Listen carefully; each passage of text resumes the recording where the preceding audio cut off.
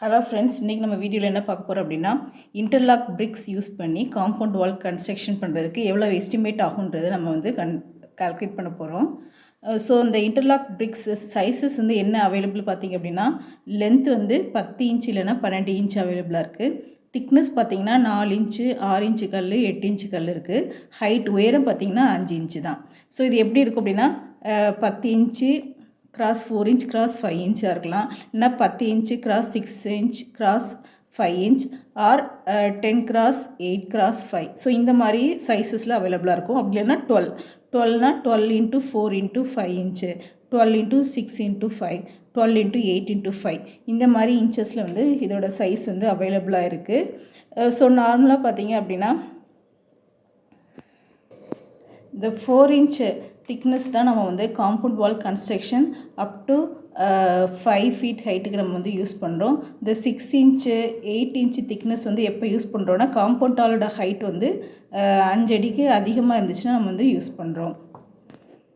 So இந்த interlock பிரிக்ஸை பொறுத்த வரைக்கும் நமக்கு என்ன அட்வான்டேஜ் அப்படின்னா, இதில் வந்து மாட்டர்லாம் கிடையாது, அதுமாதிரி பிளாஸ்டிக் ஒர்க் பார்க்க வேண்டாம், ஸோ பட்டியும் வந்து பார்க்க வேண்டாம், அது மாதிரி பெயிண்டிங்லாம் வந்து அடிக்க வேண்டாம். ஸோ இதெல்லாம் நிறைய அட்வான்டேஜஸ் இருக்குது.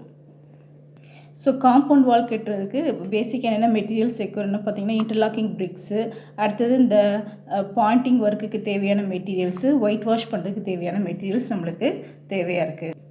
ஸோ இது எப்படி கட்டணும் அப்படின்னா, ஃபஸ்ட்டு ஏதாவது ஒரு அடி தோண்டி பேஸ்மெண்ட்டில் பிசிசி அப்படி இல்லைன்னா கருங்கல் யூஸ் பண்ணி, அதாவது ஆர்ஆர் மேசன்ரி போட்டு பேஸ்மெண்ட் கன்ஸ்ட்ரக்ட் பண்ணிவிட்டு, அதுக்கு மேலே என்ன பண்ணலான்னா ஒரு பெல்ட் கான்க்ரீட் வந்து கன்ஸ்ட்ரக்ட் பண்ணுறாங்க. ஸோ அதுக்கு மேலே வந்து பார்த்திங்க அப்படின்னா interlocking bricks, so pointing work வச்சு இன்டர்லாக் பிரிக்ஸ் யூஸ் பண்ணி கன்ஸ்ட்ரக்ட் பண்ணுறாங்க. அதுக்கு மேலே வந்து பார்த்திங்க அப்படின்னா ஒயிட் வாஷ் பண்ணிக்கலாம். ஸோ நம்மளுக்கு இன்டர்லாக் பிரிக்ஸோட காஸ்ட்டு பார்த்திங்க அப்படின்னா 4 இன்ச்சு கல் வந்து ருப்பீஸ் வந்து 45. ஸோ இது வந்து என்ன, இந்த 45 ருப்பீஸில் என்னெல்லாம் இன்க்ளூட் ஆகும் அப்படின்னு பார்த்தீங்கன்னா, இந்த லோடிங் ஆஃப் இந்த இன்டர்லாக் பிரிக்ஸு, அன்லோடிங்கு, அதுக்கப்புறம் அதை நீட்டாக அடுக்கி வச்சுட்டு பாயிண்டிங் ஒர்க், இது எல்லாமே வந்து கன்ஸ்ட்ரக்ட் பண்ணி கொடுக்குறாங்க. Next cost of 6 inch interlock brick பார்த்திங்க அப்படின்னா 55 ருப்பீஸ். ஸோ இந்த வீடியோவில் என்ன பார்க்க போகிறோம் அப்படின்னா, ஒரு 20 கிராஸ் 5 ஃபீட் ஹைட்டுக்குள்ளே காம்பவுண்ட் வாலுக்கு எவ்வளோ எஸ்டிமேட் ஆகும் யூஸிங் இன்டர்லாக் பிரிக்ஸ் அப்படின்றத நம்ம பார்க்க போகிறோம். ஸோ இந்த 20 அடி நீளத்துக்கு வந்து டோட்டல் நம்பர் ஆஃப் பிரிக்ஸ் எவ்வளோ தேவைன்னா 300. இப்போ நம்ம என்ன எடுத்திருக்கோம் அப்படின்னா 12 கிராஸ் 4 கிராஸ் 5 இன்ச் பிரிக்ஸ் வந்து நம்ம யூஸ் பண்ணியிருக்கிறோம். So number of bricks record வந்து 300. ஒரு பிரிக்கோட ரேட் வந்து 45. அப்படி எடுத்துட்டிங்கன்னா டோட்டல் வந்து உங்களுக்கு 13,500 வரும். அடுத்தது இந்த மாட்டர், இந்த பாயிண்டிங் ஒர்க்ஸுக்கு 1000 ருப்பீஸ். ஸோ அதோட லேபர் பார்த்திங்கன்னா அப்ராக்சிமேட்டாக 1000 ஆயிரும். கீழே வந்து நம்ம ஒரு பேஸ்மெண்ட் போட்டு கன்ஸ்ட்ரக்ட் பண்ணுறோம், பிசிசி அப்படி இல்லைன்னா ஒரு ஆர்ஆர் மேசன்ரி யூஸ் பண்ணி. ஸோ அதோட ரேட் வந்து பார்த்திங்க அப்படின்னா 6500.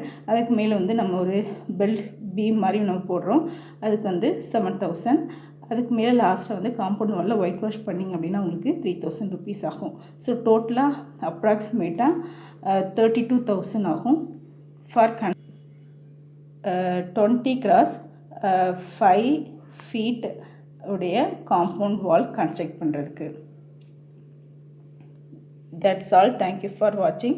If you like this video, subscribe our channel and follow our channel.